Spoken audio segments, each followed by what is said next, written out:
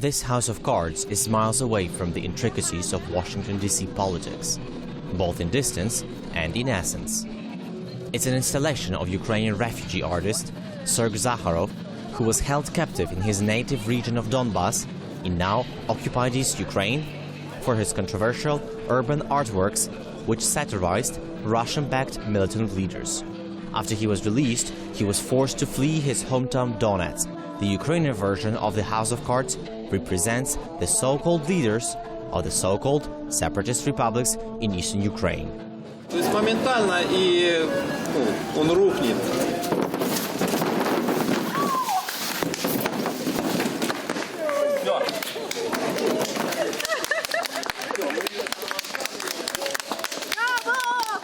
And this is how fragile the regime of Putin's cronies can be.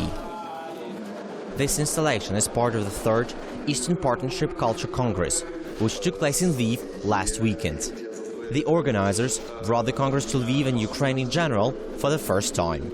We wanted to support Ukraine, to show that here it's also people living still, there is a life, and the culture can be one of the,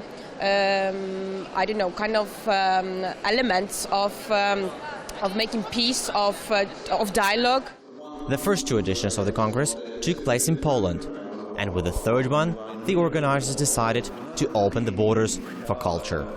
I think that culture has no limits, has no borders. We cooperate all the time with each other, in different countries, even in conflicted societies. And I think that arts and culture has no limits. The topic of the Congress was mission of culture during crisis, hence the location, or vice versa. The guests and speakers who attended the event came not only from Eastern Europe, but from Western as well. In a crisis period, it's very difficult to promote culture, but I think that culture should be everywhere.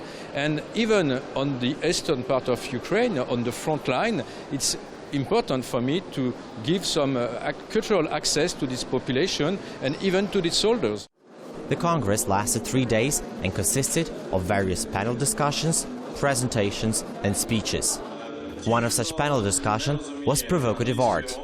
Its speakers included, among others, British sculptor Jamie McCartney, author of the scandalous Big Wall of Vagina.